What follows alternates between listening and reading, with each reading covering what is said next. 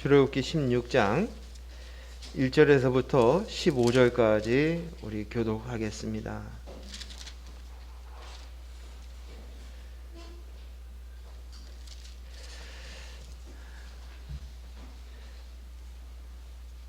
출애굽기 16장 1절 이스라엘 자손의 온 회중이 엘림에서 떠나 엘림과 시내산 사이에 있는 신 광야에 이르니 애굽에서 나온 후 둘째 달 15일이라. 이스라엘 자손 회중이 그 광야에서 모세와 아론을 원망하여 이스라엘 자손이 그들에게 이르되 우리가 애굽 땅에서 고기 가마 곁에 앉아 있던 때와 떡을 배불리 먹었던 때에 여호와의 손에 죽었더라면 좋았을 것을 너희가 이 광야로 우리를 인도하여 내어 이 온 회중이 줄여 죽게 하는도다. 그때 여호와께서 모세에게 이르시되 보라 내가 너희를 위하여 하늘에서 양식을 비같이 내리니 백성이 나가서 일용할 것을 날마다 거둘 것이라. 이같이 하여 그들이 내 율법을 준행하나 아니하나 내가 시험하리라. 여섯째 날에는 그들이 그 거둔 것을 준비할지니 날마다 거두던 것에 갑절이 되리라. 모세와 아론이 온 이스라엘 자손에게 이르되 저녁이 되면 너희가 여호와께서 너희를 애굽 땅에서 인도하여 내셨음을 알 것이요 아침에는 너희가 여호와의 영광을 보리니 이는 여호와께서 너희가 자기를 향하여 원망함을 들으셨음이라. 우리가 누구이기에 너희가 우리에게 대하여 원망하느냐. 모세가 또 이르되 여호와께서 저녁에는 너희에게 고기를 주어 먹이시고 아침에는 떡으로 배부르시니 이는 여호와께서 자기를 향하여 너희가 원망하는 그 말을 들으셨습니다. 우리가 누구냐 너희의 원망은 우리를 향하여 하느냐며 여호와를 향하여 함이로다. 모세가 또 아론에게 이르되 이스라엘 자손의 온 회중에게 말하기를 여호와께 가까이 나오라. 여호와께서 너희의 원망함을 들으셨느니라 하라. 아론이 이스라엘 자손의 온 회중에게 말하매 그들이 광야를 바라보니 여호와의 영광이 구름 속에 나타나더라. 여호와께서 모세에게 말씀하여 이르시되 내가 이스라엘 자손의 원망함을 들었노라. 그들에게 말하여 이르기를 너희가 해질 때에는 고기를 먹고 아침에는 떡으로 배부르니 내가 여호와 너희의 하나님인 줄 알리라 한다 하시니라.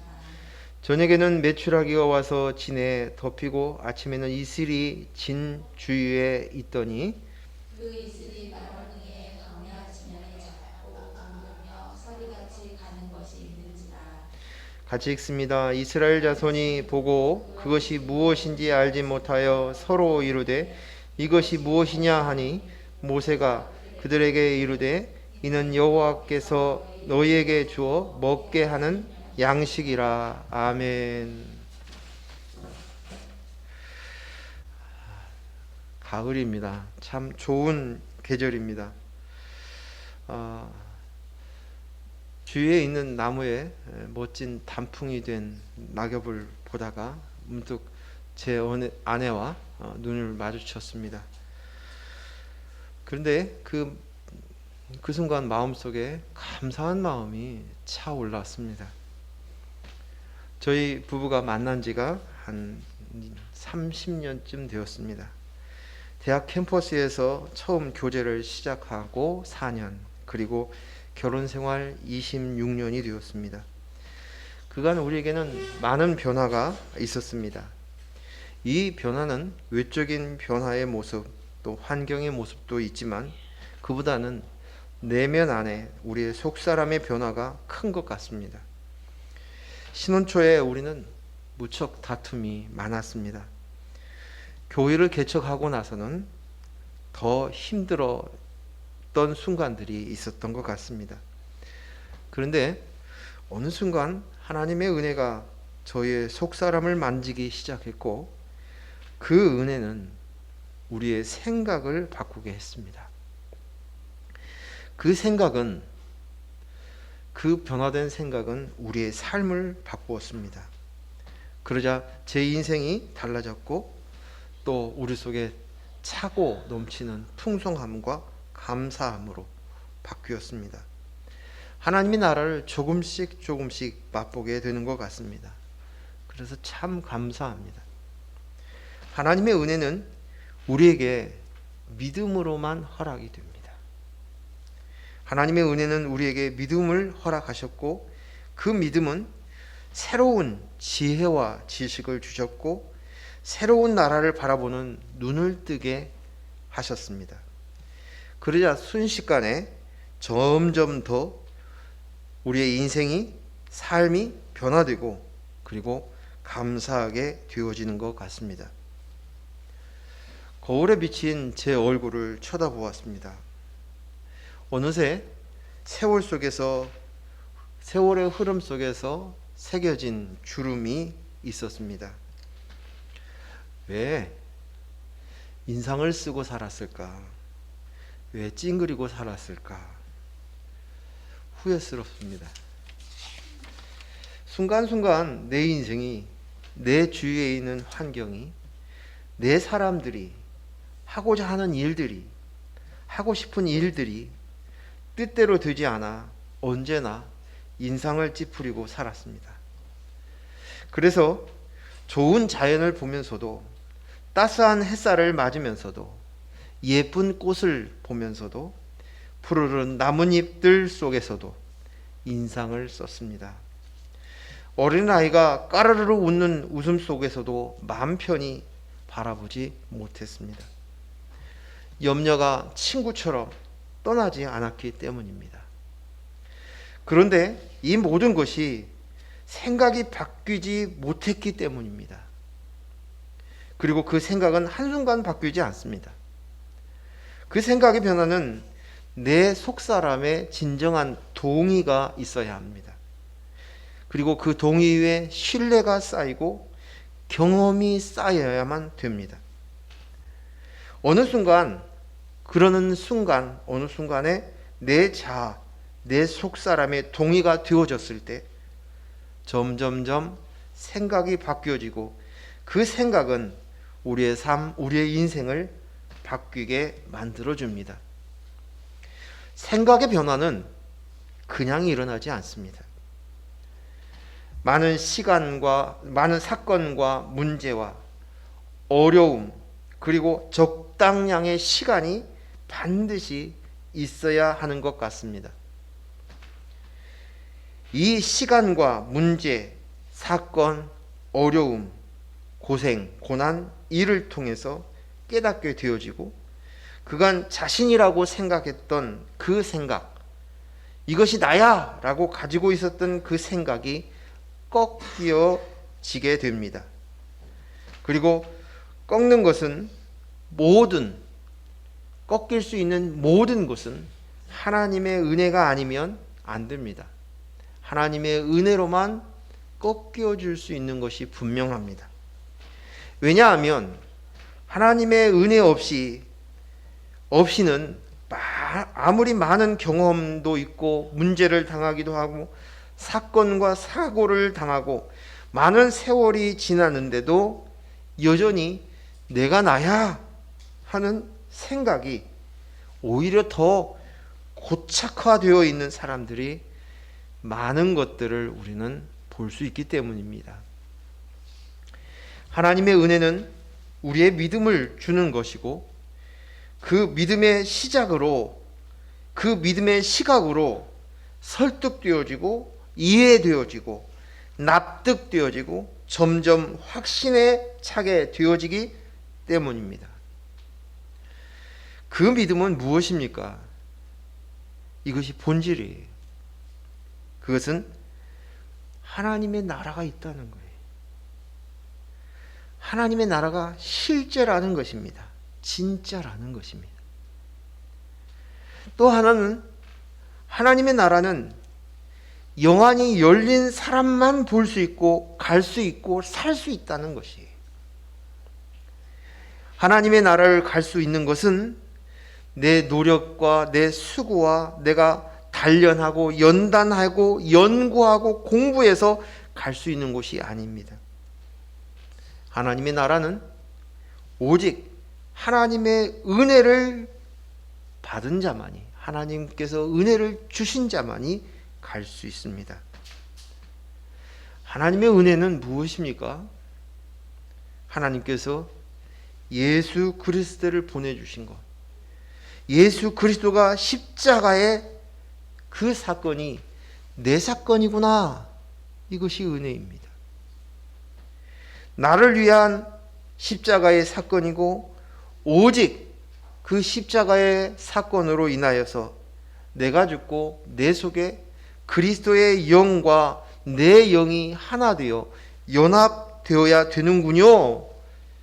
이것을 깨닫는 것이 은혜예요. 이것이 내 영이 살아나는 것이군요. 이것을 아는 것이 은혜예요. 그리스도의 영, 하나님이 주신 만나, 산떡을 먹어야 하는군요. 이것을 알고 그 만나이신, 산떡이신 예수 그리스도를 갈구하며 사는 것입니다. 그것을 점점 알아가는 것, 인식되어 가는 것이 은혜입니다. 그래서 우리가 가지고 있는 이 성경의 기록은 한결같이 이 은혜를 가르쳐주는 이정표와 같습니다. 성경 한 구절만 찾아보겠습니다. 고린도전서 15장, 고린도전서 15장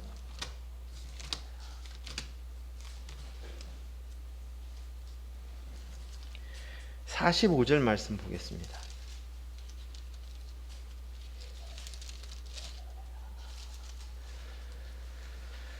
우리 천천히 같이 한 목소리로 읽겠습니다. 고린도전서 15장 45절 시작.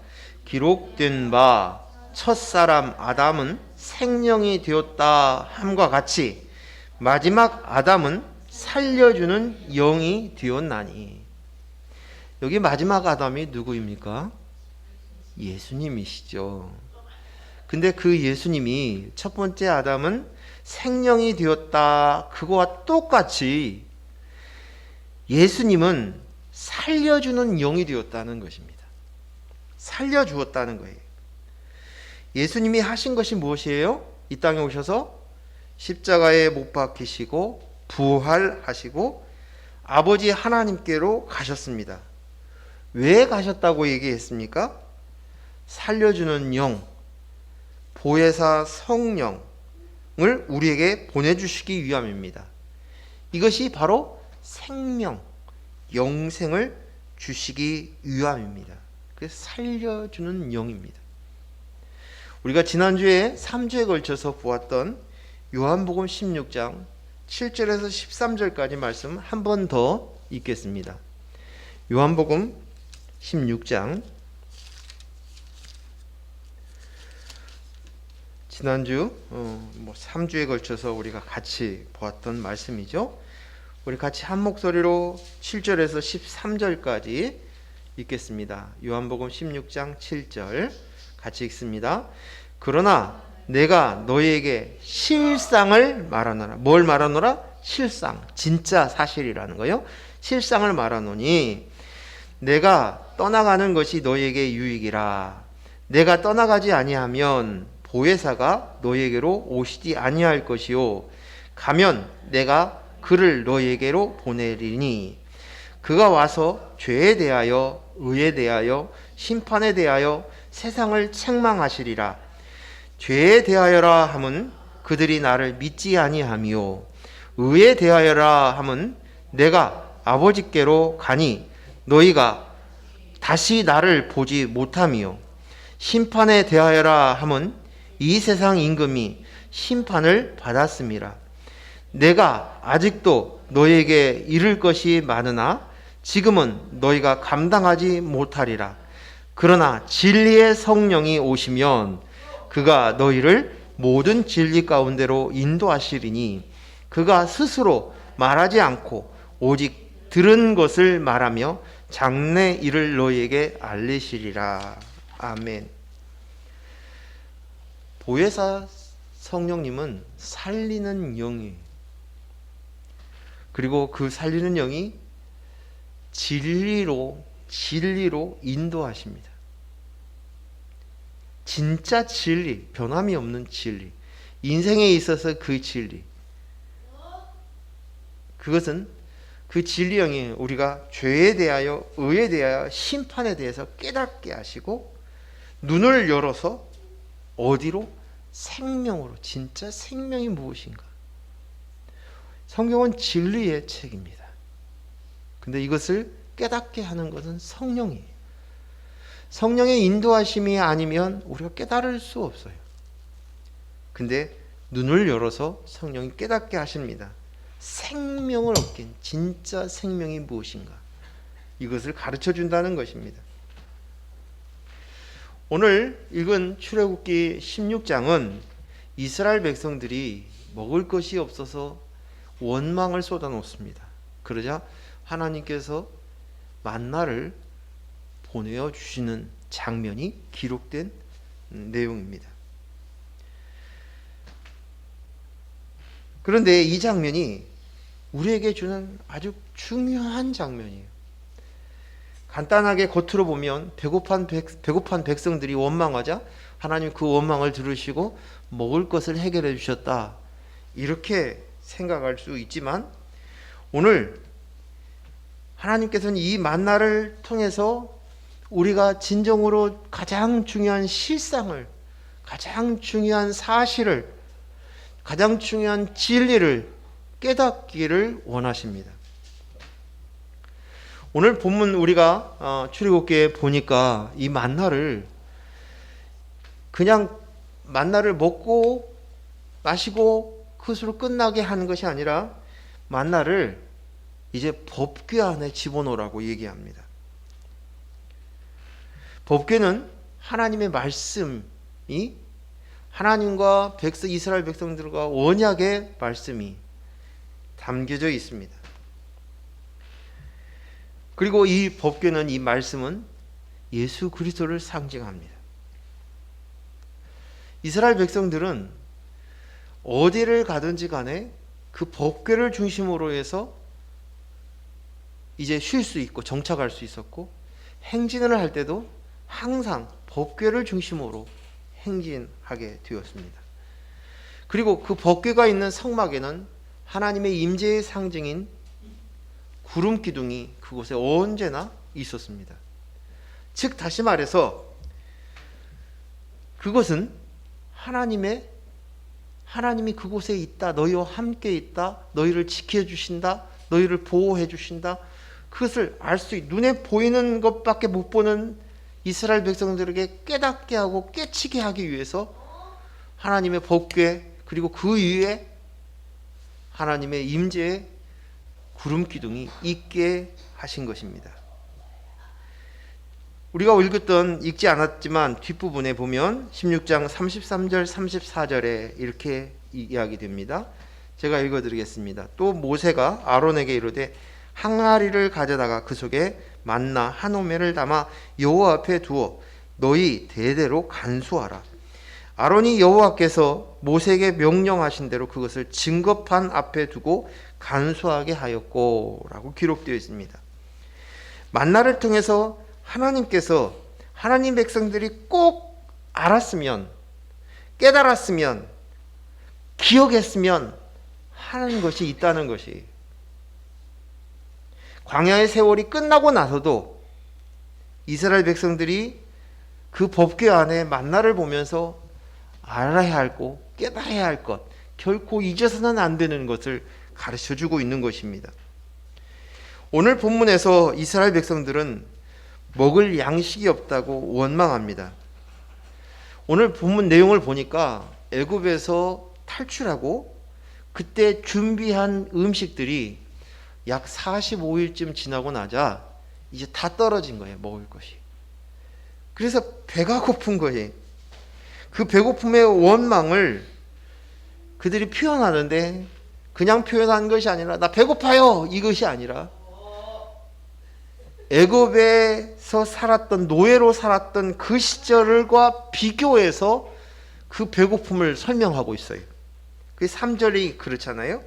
이스라엘 자손이 그들에게 이르되 우리가 애굽 땅에서 고기 가마 곁에 앉아 있었던 때와 떡을 배불리 먹었던 때야로 우리를 인도해 내어 이 온 회중에서 줄여 죽게 하는도다. 애굽은 당시 가장 풍요로운 부국이었습니다. 그리고 나일강으로부터 오는 그 풍부한 농산물들이 있어서 항상 풍성했던 것들이 사실입니다. 하지만 이스라엘 백성들이 그 애굽에서 신분이 무엇이었습니까? 노예였어요. 노예의 신분을 가지고 있었어요. 근데 그 노예가 고기 가마 위에 앉아서 고기를 배불리 먹고 떡을 양껏 먹으면서 배불리 먹고 그렇게 살았었겠습니까? 그건 아니죠. 노예가 어떻게 그렇게 할 수 있겠습니까? 주인이 던져주는 음식, 허락한 음식밖에 먹을 수 없는 것이 노예예요. 근데 그들은 지금 그것과 비교해서 과장해서 자기의 배고픔을 하소연하고 원망을 쏟아놓는 것입니다. 오늘 우리는 배고픔을 하나님 앞에 하소연할 때가 많이 있습니다. 부족함을 느꼈을 때 그렇죠. 근데 그것이 비교의 대상이 어디입니까? 예수 믿지 않는 사람들은 저렇게 잘 되는데요, 저렇게 풍요한데요, 잘 나가는데요, 왜 예수 믿는 우리는 왜 이 모양입니까? 이런 식으로 얘기하지 않습니까? 오늘 이스라엘 백성들 안에도 그런 일이 일어난 것입니다. 인간은 욕구가 있어요. 육체적인 욕구, 배고픔의 그 식욕, 잠자야 되는 것, 수면욕, 성욕, 이런 것들이죠. 근데 그것만 있는 것이 아니라 정서적인 심리적인 욕구들이 있어요. 어떤 주위가 편안해야 되고 안정적이어야 하고 주위에 있는 사람들이 있어야 되고 하는 그런 것이, 또 욕구가 있는데 물질적인 욕구들이 있죠. 물질적인 욕구, 그것을 통해서 자기를 지키고 보호하려고 하는 마음들이 있어요. 기본적으로 있어요. 돈이 다 떨어지면 불안해서 못 살지요. 저 많이 쌓아놓기를 원해요. 이런 욕구들로 있어요. 그런 욕구들이 있기 때문에 오늘 그 만나를 주시면서 오늘 것만 추수하라고 그러죠. 그렇죠? 근데 사람들은 어떻게 해요? 그 욕구 때문에 내일 것, 모레 것, 내 장래의 것을 위해서 쌓아놨다가 썩었고 벌레가 있게 만드셨잖아요. 근데 그 모습이 똑같은. 사람들은 이런 문제들이 안 생기면 난 괜찮아 라고 이야기합니다. 그런데요, 사실은 이런 욕구는 잠깐의 만족은 줄 수 있어요. 하지만 또다시 배고픕니다. 심리적 정서적인 욕구도 자꾸만 비교 때문에 생겨납니다. 자꾸만 비교의 대상들이 나는 거예요. 더 좋아 보이는 것이. 그리고 이 욕구는 우리가 일생 동안 끊임없이 일어나는 거예요. 그럼 이 이야기를 할 때마다 제가 연상이 되는 건 뭐냐면 두더지 게임이 생각이 나요. 두더지 게임을 시작하면 두더지가 끊임없이 올라와요. 잡아도 언제 끝이 나느냐? 내가 돈 넣은 것만큼 이제 더 이상 그만큼 그 기간 동안에는 두더지는 계속적으로 올라옵니다. 전원이 끝날 때까지, 우리 인생의 전원이 끝날 때까지 계속적으로 두더지는 올라오는 거예요. 우리 속에서, 우리 땅 속에서 계속 올라오는 거예요. 이것과 똑같아요. 전 두더지 게임 볼 때마다 그것을 봅니다. 그런 생각을 자꾸 해요. 웃기도 하고. 사람들은 온통 자신의 욕구를 채우는데 온 신경을 쓰면서 살다가 거기에 매여 있다가 결국 때가 되면 인생을 마감하는 것 같습니다. 자, 갈라디아서 5장 24절 말씀을 한번 더 보겠습니다.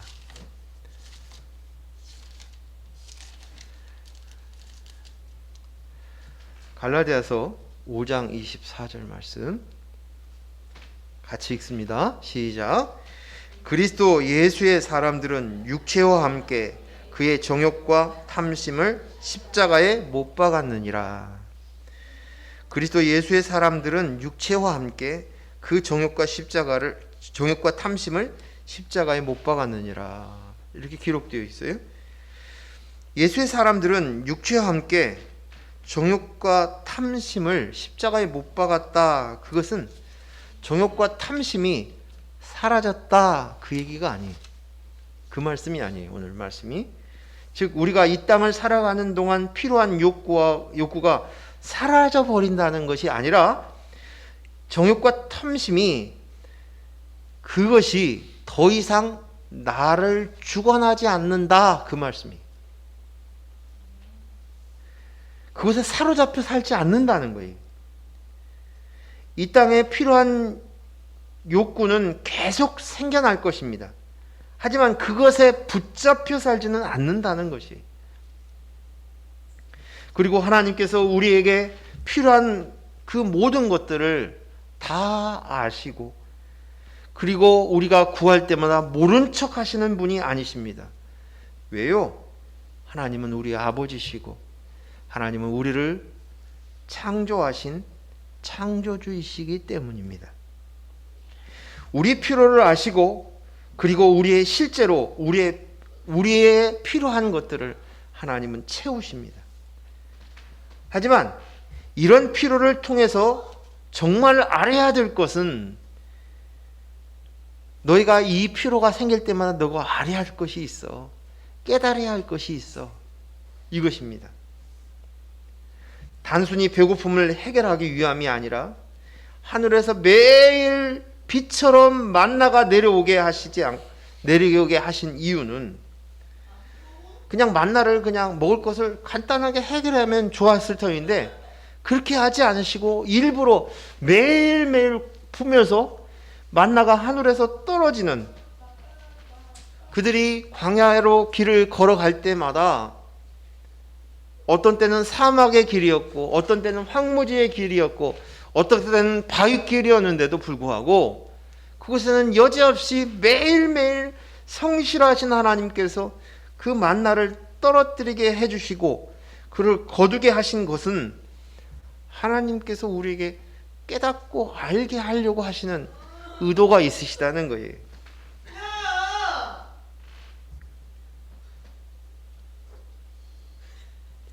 그리고 이스라엘 백성들에게 약속을 합니다. 그래서 시험하십니다. 뭘 얘기하세요?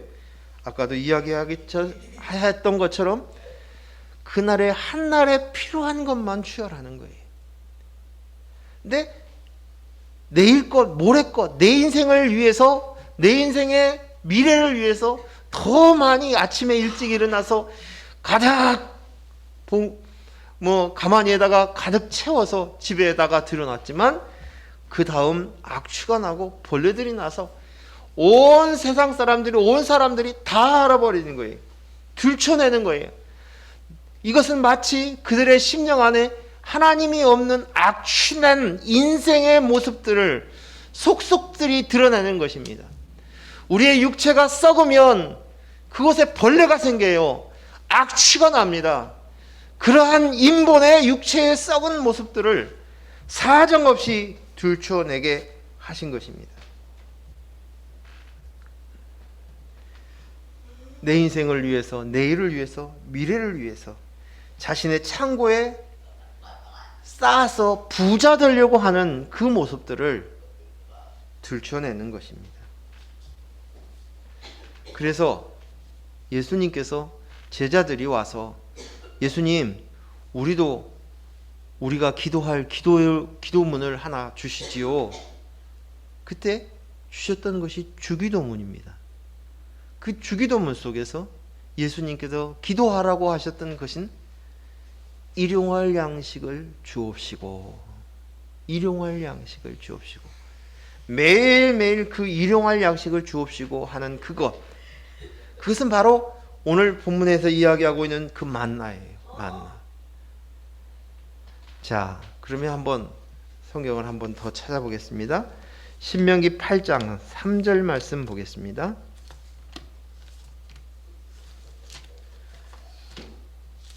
신명기 8장 3절 말씀만 읽겠습니다. 같이 읽겠습니다. 시작.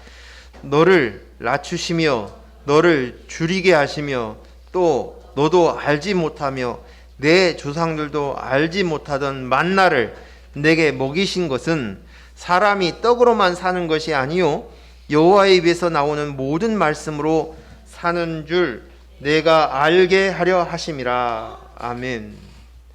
오늘 이 말씀은 후에 예수님께서 40일을 금식하시고 줄이신 가운데 있을 때 사단이 와서 이 돌덩어리를 떡덩어리로 만들어서 너가 먹으라고, 내 배고픔을 채우라고 이야기하셨을 때 오늘 이 말씀을 인용해서 사단을 물리치십니다.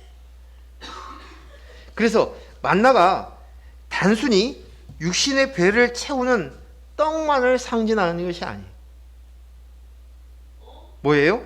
이 떡은 육신의 배를 채우는 것이지만 사실은 뭘 얘기하냐면 여호와의 입에서 나오는 말씀으로 채우라고 얘기합니다. 그러면 여호와의 입에서 나오는 말씀이 무엇입니까? 하나님께서 광야에서 육체적으로 배고파서 원망하는 자들에게 만나를 주신 것은 우리에게 정말 배불러야 할 것이 있는데 그것은 여호와의 입에서 나오는 모든 말씀이야 라고 말씀하시는 것입니다. 눈에 보이는 육신의 배고픔을 통해서 우리 눈에 보이지 않지만 내 속에, 내 영에 지금 하나님이 주시는 말씀으로 배불러야 되는 거야. 그게 진정한 너의 만족을 얻을 수 있는 것이야 라는 것입니다. 우리에게 보여지는 눈에 보이는 것은 보이지 않은 실체를 가르치기 위함입니다. 무엇입니까? 여기에서 하나님이 주시는 그 말씀, 하나님의 입에서 나오는 모든 말씀, 그 말씀이 누구예요? 예수 그리스도십니다. 하나님의 입에서 나오는 모든 말씀은 예수 그리스도예요. 성경 찾아봅니다. 요한복음 1장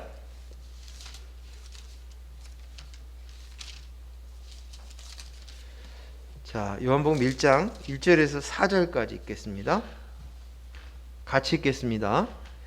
태초에 말씀이 계시니라. 이 말씀이 하나님과 함께 계셨으니 이 말씀은 곧 하나님이시니라. 그가 태초에 하나님과 함께 계셨고 만물이 그로 말미암아 지은 바 되었으니 지은 것이 하나도 그가 없이는 된 것이 없느니라.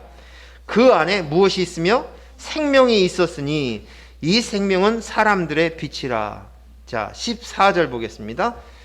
1장 14절 시작. 말씀이 육신이 되어 우리 가운데 거하심에 우리가 그의 영광을 보니 아버지의 독생자의 영광이요 은혜와 진리가 충만하더라. 아멘.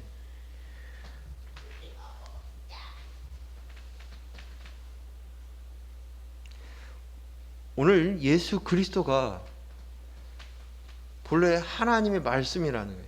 하나님과 함께 했어요. 근데 그 말씀이 육신이 되어서 이 땅에 오셨어요. 그래서 예수님은 본질이 본래가 말씀이라는 거예요. 그런데 그 말씀을 오늘 만나를 통해서 만나를 하루도 빠짐없이 매일 비처럼 내리게 하시는 그것을 통해서 오늘 그것으로 배부르라는 것이 여호와의 말씀으로 모든 말씀으로 배불러야 돼 이것입니다. 그리고 이것이 너희에게 생명을 준다는 거예요. 우리가 육신이 배가 고프면 죽잖아요. 아사하잖아요. 너희 영혼도 예수 그리스도의 영이 없으면, 예수 그리스도가 없으면 죽어. 이 말씀을 하시는 거예요. 생명이다. 그래서 생명을 주신다. 빛이다. 말씀하십니다. 이 양식을 너희가 매일매일 꼭꼭 먹으라고 말씀하십니다. 그리고 이것을 영광을 이야기하셔요. 영광이다. 영광. 근데 이 말씀이 오늘 본문에 출애굽기 16장의 6절 7절 말씀에 보면 그 말씀이 또 나와요. 우리 다시 바쁘죠? 출애굽기 16장 6절 7절 말씀 제가 읽어드리겠습니다. 모세와 아론이 온 이스라엘 자손에게 이르되 저녁이 되면 너희가 여호와께서 너희를 애굽 땅에서 인도하여 내셨음을 알 것이요 아침에는 너희가 여호와의 영광을 보리니 이는 여호와께서 너희가 자기를 향하여 원망함을 들으셨습니다. 11절 12절도 읽겠습니다. 여호와께서 모세에게 말씀하여 이르시되 내가 이스라엘 자손의 원망함을 들었노라. 그들에게 말하여 이르기를 너희가 해질 때에는 고기를 먹고 아침에는 떡으로 배부르니 내가 여호와 너희의 하나님인 줄 알리라 하라 하시니라. 아멘. 오늘 하나님은 만나를 주시면서 말씀하시는데 그것이 영광이래요. 하나님의 영광. 하나님의 영광. 영광을 보리라 말씀하시는 거예요. 예수 그리스도가 말씀이신 그분이 이 땅에 오셨을 때도 영광이래요. 영광이.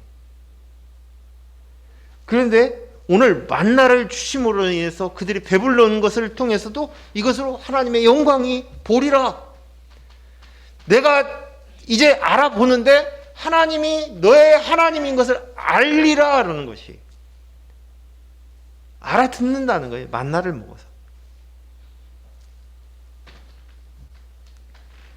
고기를 달라고 원망하던 백성에게 메추라기를 주셨습니다. 그 사건과 함께 저녁에는 고기에 먹고 아침에는 떡으로 배부르게 될 것이다. 이것으로 비로소 하나님의 영광이다. 내가 여호와 너희의 하나님인 줄 알게 할 것이다. 이 말씀을 하셔요. 이건 굉장히 중요한 말씀입니다. 오늘 표현된 저녁이 되고 아침이 된다라는 이 관용적인 유대인들의 표현 중에 있는데 이 표현을 성경에서 사용된 관용적으로 쓴 장면이 어디에 나옵니까? 저녁이 되니 아침이 되니라. 그것은 창세기의 창조의 장면마다 관용적으로 사용하였습니다. 즉 다시 말해서 한 하루의 창조에 있을 때마다 끝날 때마다 저녁이 되니 아침이 되니라. 창조가 이루어진다는 거예요. 오늘 이 만나를 먹는 이 장면이 단순한 장면이 아니라 배부르는 그것이 아니라 너희에게 창조의 기적이 나타난다는 거예요. 저녁에 고기를 먹고 아침에 떡을 먹음으로 인해서 내 안에 창조적인 역사가 일어날 것이다 라고 말씀하시는 거예요. 이것으로 어떻게 돼요? 비로소 하나님이 나의 하나님인 것으로 알게 되어지는 거예요. 깨닫게 되는 거예요. 내가 여호와를 너희의 하나님인 줄 알게 된다라는 것이 놀라운 일이에요. 놀라운 일. 오늘 우리가 알듯이 고기를 어떤 얘기를 하냐면 고기를 먹었다 이 표현은 그냥 메추라기를 먹었다 그게 아니라 고기를 먹었다고 성경은 이야기하고 있어요. 이스라엘 백성들이 출애굽을 할 때 10번째 재앙이었던 유월절 10번째 재앙 저녁에 양을 잡아서 그 양의 피를 문설주에 발랐습니다. 광야에 나온 이스라엘 백성들을 향해서 하나님께서는 제사를 가르쳐 줍니다. 속건제, 속죄제, 화목제, 소제, 전제, 번제 이렇게 가르쳐줘요. 근데 이 제사 때마다 다 틀리는데 그 제사를 드리고 난 다음에 그 고기를 때로는 레위인과 제사장만 먹을 때도 있고 제사장만 먹을 때도 있고 아니면 온 회중들이 다 같이 먹는 그 고기를 나눠 먹었어요. 여기에 잡은 그 양은 뭐예요? 무엇을 상징합니까? 누구를 이야기합니까? 어린 양이신 예수 그리스도를 이야기하는 거예요. 그렇죠? 어린 양. 어린 양이신 어린 양을 잡아서 예수 그리스도 먹는 거예요. 우리 창세기에 범죄한 아담하고 하와에게 범죄하고 난 이후에 그들의 수치를 다 감추기 위해서 어떻게 하나님이 하시지요? 양을 잡아서 그 가죽을 입혀서 그들의 수치를 가려주게 해주십니다. 이것도 복음이. 아침이면 떡을 먹었다고 얘기합니다. 예수님께서 십자가에 달리시는 그날 제자들을 불러 모아놓고 만찬을 행하십니다. 그러면 이렇게 하십니다. 고린도전서 11장 24절에 축사하시고 떼어 이르시되 떡을 떼시고 이것은 너희를 위한 내 몸이니 이것을 행하여 나를 기념하라 하시고 나누셨어요. 예수님께서 당신의 십자가에서 죽음을 상징하는 그것을 기념하면서 내 몸을 먹고 내 피를 상징하는 이 잔을 마시라고 얘기합니다. 이 성찬식을 하고 너희가 진정으로 예수로 먹고 배불러야 된다는 거예요. 내 속에 예수가 있어야 된다는 거예요.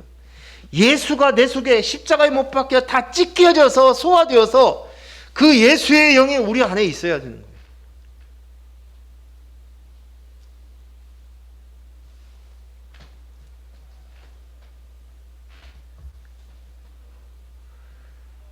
즉 하나님께서 그들에게 하늘의 만나를 비처럼 내려주심으로 해서 예수 그리스도의 십자가를 통해서 이제 그 예수를 배불러야 생명이 있음을 가르쳐 주신 것입니다.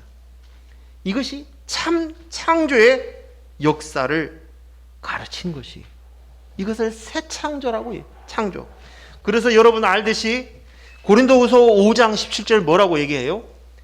그런즉 누구든지 그리스도 안에 있으면 새로운 피조물이라. 이전 것은 지나갔으니 보라 새 것이 되었도다. 새로운 피조물이다. 새로운 피조물은 예수 그리스도의 십자가의 희생으로 그 예수님이 먹힘으로 우리가 먹음으로 인해서 그리스도의 영 성령의 오심으로 새롭게 창조된다는 거예요. 새로운 창조물이 된 거예요. 그래서 새 창조예요.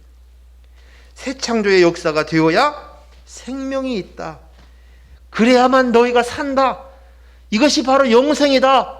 말씀하시는 것이.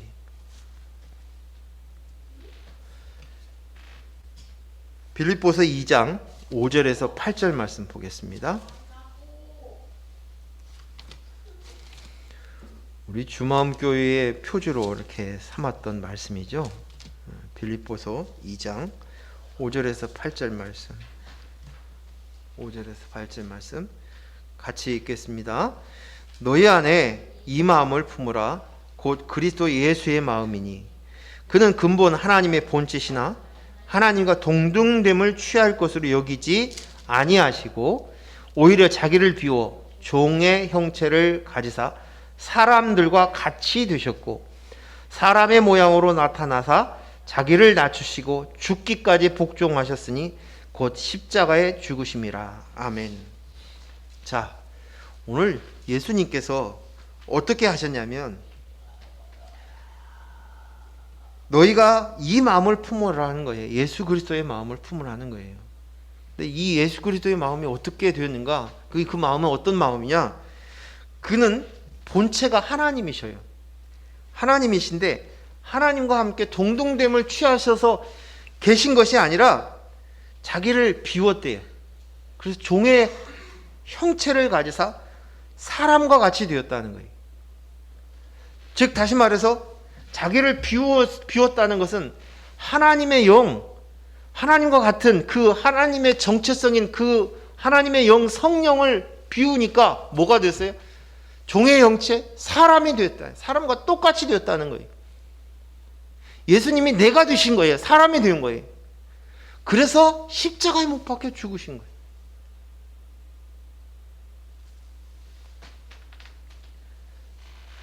양이 우리가 양을 잡을 때마다 그 양을 뭘로 하냐면 사람하고 동등됨을 주는 거예요. 제사를 지낼 때마다. 그래서 제사장은 양을 잡아 넣을 때마다 머리에다가 양과 사람의 머리를 안수합니다. 그래서 이 죄가 전가되는 거예요. 양에게. 그리고 양이 죽는 것이 아니에요. 누가 죽는 거예요? 내 죄값을 양이 대신 죽는 거예요. 양을 죽일 때 그냥 죽이질 않고 가죽을 벗기고 여러 가지 배설물들을 빼놓고 기름을 긁어내며 각을 떠서 드립니다. 이게 뭐예요? 우리의 죄값을 그대로 드리는 나예요. 나예요. 하나님이신 그분이 하나님의 영이 떠나간 사람이 되었어요. 종의 형체가 되었어요. 사람이 되셨어요. 그래서 그분이 십자가에 못 박혀 그 양이 되신 그분, 양이 제사되어 제물 바치듯이 죽으신 것입니다. 하나님의 정체성을 버리셨어요. 그리고 피조물이 되셨어요. 자기를 낮추심은 당신의 영이 떠난 피조물인 인간이 되어서 인간의 죄를 대신 지시고 십자가에 죽으심입니다. 왜요? 우리 예수 그리스도가 십자가에 매달려 우리의 만나로 우리의 배를 채우심으로 생명을 갖게 하기 위함이에요. 생명 주기 위함이라는 거예요. 그것은 사람의 영이 비어있는 상태에 있음을 또 가르쳐 주신 거예요. 그런데도 여전히 그것을 알지 못해요. 그 영이 비어있다는 사실들을 모르니까 그 부족함에 자꾸만 탐욕을 부리는 거예요. 정욕을 부리는 거예요. 자신의 허기짐을 채우려고, 그 부족함을 채우려고 육체적인 배, 정신적인 배, 심리적인 배, 정서적인 배, 그 물질적인 배를 채우려고 달려듭니다. 하지만 그 배가 아니라 내 영이 비어 있어. 그 배는 채울 때는 잠깐 배부를 수 있어요. 그런데 곧 가면 꺼져버려요. 배가 꺼져버리잖아요. 아침 먹었다고 점심 안 먹습니까? 금방 꺼지는 거예요. 여러분, 물질을 내가 가지고 있다고 해서 그것이 만족하던가요? 조금 있다가 비교하다 보면 더 많이 가진 사람들 앞에서 더 갖고 싶어요. 내 미래를 위해 더 쌓아놓고 싶어요. 끝없이 배고픕니다. 그치? 내가 나야 할 것을 찾아서 헤매는 거예요. 그런데 그 배고픔의 진짜가 무엇인 줄 아니? 내 영이 비어있는 거야. 내가 이제 그 영혼에 비어있는 배를 채우려고 온 거라고 말씀하시는 것이에요. 예수 그리스도가 그 배를 채워주겠다고, 그 영혼의 배고픔을, 허기짐을 채워주겠다고. 그러므로 인해서 이것을 뭐라고? 새로운 피조물이라고, 새 창조라고, 재창조된 것이다고. 그래서 재창조된 그들에게는 영원히 목마르지 아니하고 배고프지 않는다고 말씀하십니다. 이사야서 55장에 오라 너희가 목마른 자들아 물러나오라, 돈 없는 자라 오라, 너희는 와서 사먹되 돈 없이 값없이 와서 포도주와 젖을 사라. 너희는 어찌하여 양식이 아닌 것을 위하여 은을 달아주며 배부르지 못할 것을 위하여 수고하느냐. 내게 듣고 들을지어다. 그리하면 너희가 좋은 것을 먹을 것이며 너희 자신들이 기름진 것으로 즐거움을 얻으리라. 너희는 귀를 기울이고 내게로 나와 들으라. 그리하면 너희 영혼이 살리라. 내가 너희를 위하여 영원한 언약을 맺으리니 곧 다윗에게 허락한 확실한 은혜니라. 다윗에게 허락한 확실한 은혜가 뭐예요? 다윗의 후손으로 오신 예수 그리스도로 인한 그 약속을 너에게 주겠다는 거예요. 그리고 그것으로 이루겠다는 것이에요. 오늘 우리의 영에 예수 그리스도의 영이 없으면 우리는 만족함을 얻을 수 없어요. 그 배고픔을 채울 수 없어요. 이것 말고는 방법이 없어요. 이것을 기억하라고 오늘 내 영이 배부른 자가 되었다고 말씀하십니다. 기도합니다.